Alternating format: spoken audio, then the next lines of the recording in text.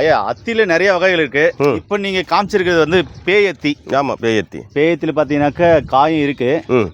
சொல்லுங்க ஐயா, இதுலேருந்து மக்களுக்கு தேவையான தகவல் என்னையா சொல்ல போகிறீங்க? இப்போது இந்த பேயத்தி என்று சொல்லக்கூடிய இந்த மூலிகையில் பாருங்கள், இப்படி இதை ஒடிச்சோம்னா பால் வரும். வருது பாருங்க பால். ஆமாம். இந்த ஒரு சொட்டு பாலை எடுத்து பனை வெள்ளத்துக்குள் வைத்து, பனை வெள்ளத்தில், ஆமாம், பனை வெள்ளத்தை லேசாக நெசுக்கி எடுத்துக்கிட்டு ஒரு உருண்டையா நெல்லிக்காய் அளவுக்கு அதுக்குள்ளே இந்த 2 சொட்டு பாலை வைக்கணும். வச்சு அப்படியே முழுங்கிட்டாங்கன்னா சில பேருக்கு இந்த இடுமருந்துன்னு சொல்லக்கூடிய இந்த இடுமருந்து வைப்பாங்க வயிற்றுக்குள்ளே, அதை வசியம் பண்ணுறதுக்காக. அந்த மருந்தினுடைய பவரை இந்த பால் முறிச்சிடும். ஆமாம், ஒரு 3 நாள் சாப்பிட்டா போதும். அதுக்காக இது ரொம்ப சிறந்த மூலிகை, பேயத்தி மூலிகைன்னு சொல்லுவாங்க.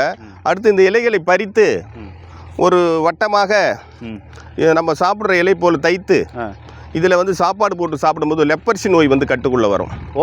ஆமாம். இந்த வேர் பட்டையை எடுத்து சூரணம் பவுடர் செஞ்சு அந்த காலத்தில் வந்து இந்த சொக்குப்பொடி செய்வதற்காக யூஸ் பண்ணுவாங்க. ராவணன் செஞ்சார் அது சொக்குப்பொடி. அதை கூட வந்து அது நிறைய சரக்கு வருது, அப்பக்கிழங்கு, கோவைக்கிழங்கு, நிலப்பனை கிழங்குன்னு சொல்லி. அதில் கூட வந்து இந்த வேரை போட்டு அவர் கூட செஞ்சுருக்காரு. சொக்கு சித்தர் நூல்களை நம்ம படிக்கிறோம், அதில் வந்து நம்ம சொல்கிறோம். நன்றிங்க.